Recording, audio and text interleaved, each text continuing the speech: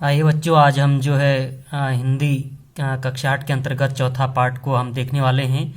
और इसको भी हम दो भागों में विभाजित करेंगे, बांटेंगे, है ना।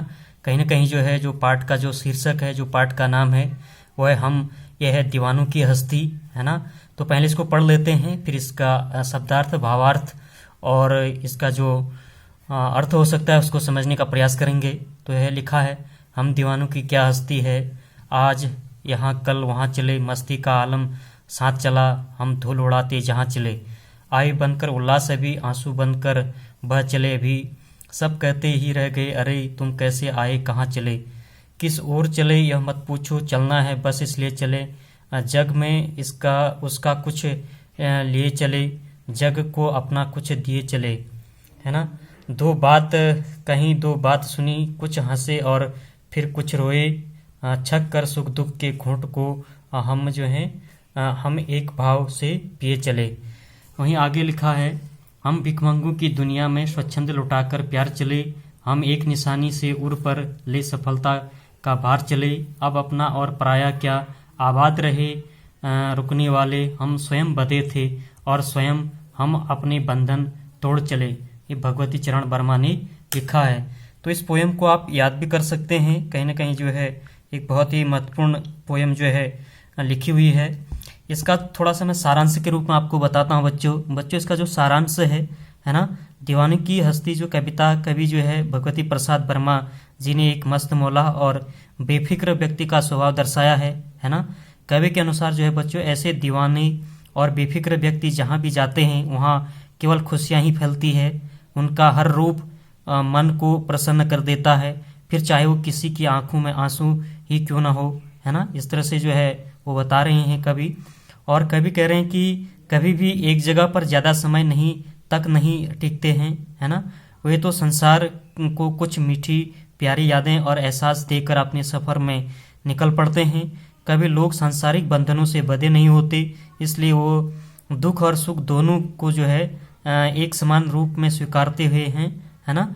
और यही उनकी जो है हमेशा खुश रहने का एक प्रमुख वजह है। और कवि के अनुसार जो है उनके लिए संसार में कोई भी पराया नहीं होता है, वह अपने जीवन के रास्ते पर चलकर खुश रहते हैं और सदा अपने चुने रास्तों पर ही चलना चाहते हैं। तो कहीं ना कहीं एक मैंने आपको जो है शब्दार्थ के रूप में बताया, है ना। इसका सारांश, इसका भावार्थ के रूप में मैंने आपको बताया कि दीवानों की हस्ती का एक सारांश क्या हो सकता है।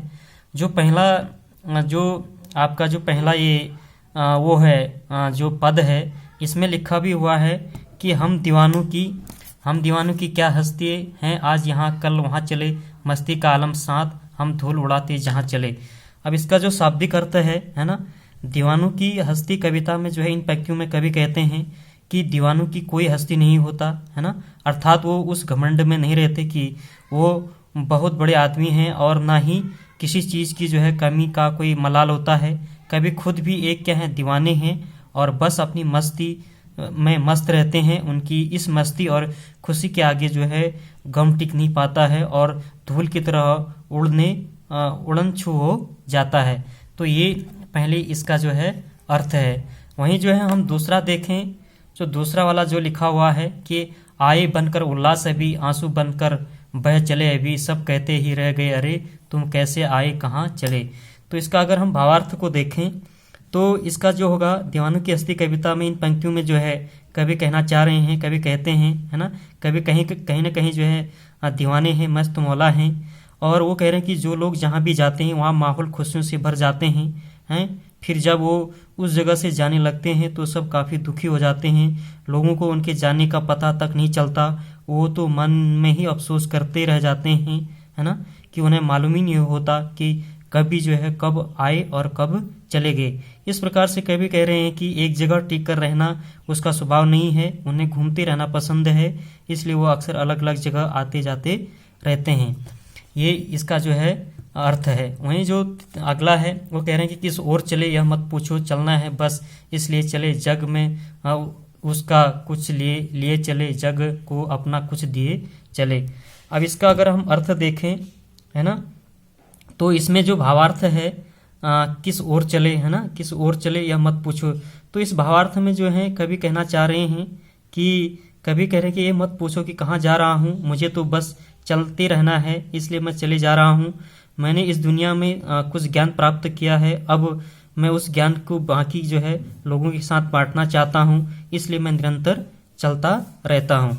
इस तरह से वो बता रहे हैं। अगला जो है, दो बात कहीं दो बात सुनी, कुछ हंसे और फिर कुछ रोए, छक कर सुख दुख के घूंट को एक भाव हम एक भाव से पिए चले।